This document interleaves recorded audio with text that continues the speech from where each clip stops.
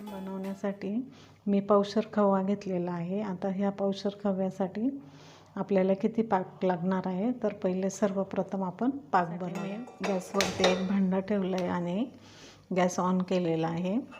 तर हे चहाचा कप घेतला आहे मी प्रमाणासाठी। तर हे 2 कप आपण पाणी टाकूया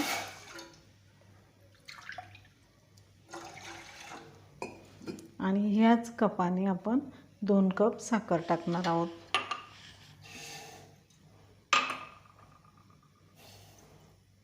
पावशर जर खवा असला तर हे माप अगदी परफेक्ट आहे। आता आपल्याला याला जरा जास्त वेळ लागणार आहे।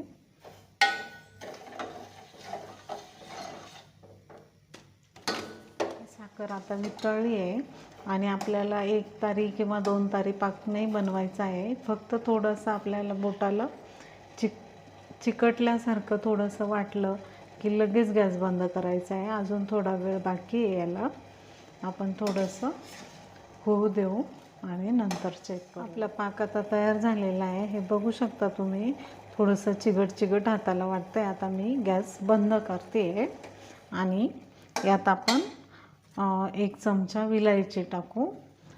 तुम्हाला किती प्रमाणामध्ये टाकायची आहे त्या प्रमाणामध्ये टाकून घ्या आणि आता हे आपण उतरून घेऊया। आणि आपण आता पावशर खवा घेतलेला आहे, तो थोडासा असा मऊ करून घ्यायचा आहे। खवा घेताना थोडासा क्रीम कलरचा खवा घ्यायचा आहे, शक्यतो घरगुती घेतला तर खूपच छान।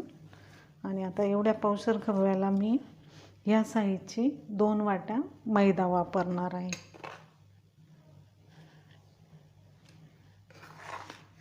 जास्त प्रमाणात जर मैदा वापरला तर आपले गुलाबजाम जरा असे कडक होण्याची शक्यता असते। जास्त मैदा नाही वापरायचा आहे। जर समजा हे तुम्हाला कधी खव्यामध्ये जर काही प्रॉब्लेम असला तर एवढ्या प्रमाणात पातळ पण होऊ शकतं, तर मग थोडंसं तुम्ही मैदा अजून ॲड करू शकता। आपला खवा मळून झालेला आहे, एकदम चांगला एकजीव करायचा आहे। आणि आता आपण याचे छोटे छोटे गोळे करूया। तुम्हाला किती साईजमध्ये पाहिजे तशा साईजमध्ये तुम्ही तुमच्या पद्धतीने करू शकता, पण हे पूर्णपणे एकजीव झालं पाहिजे पीठ, नाहीतर मग तेलात टाकल्यावर गुलाबजाम वितळला जातो। हे अशा पद्धतीने मी गोळे तयार केले। तुम्ही पण तुमच्या साईजनुसार तुम्हाला छोटे मोठे कसे पाहिजे तशा पद्धतीने करू शकता।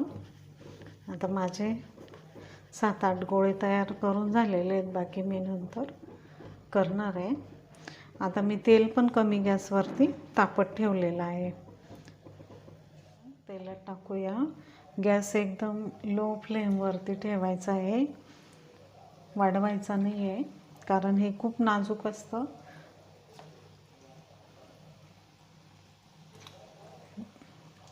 मी 5-6 टाकून दिलेले आहे आणि ते आता असे डायरेक्ट नाही हलवायचे आहे, आल्लाद पण मग सतत चमच्याने किंवा झाऱ्याने हलवत राहायचे, म्हणजे पूर्ण बाजूंनी कलर छानपैकी येतो। एकच बाजूने काळपट कलर येणार नाही। अशा पद्धतीने हलवत राहायचे तेलामध्ये, जोपर्यंत तुम्हाला जशा कलरचे पाहिजे तशा पद्धतीने। तुम्ही जर गॅस जास्त वाढवला तर ते आतमध्ये कच्चे राहण्याची शक्यता असते, तेव्हा होईल तेवढं लो फ्लेमवरतीच तळून घ्यायचे। थोडा वेळ लागेल पण आतून पूर्णपणे शिजल्या जातील। थोडंसं माझं बोलणं झालं की बघा, तर आपल्या गुलाबजामला किती सुंदर कलर आलेला आहे। आता मी काढून आणि डायरेक्ट पाकात टाकते आहे।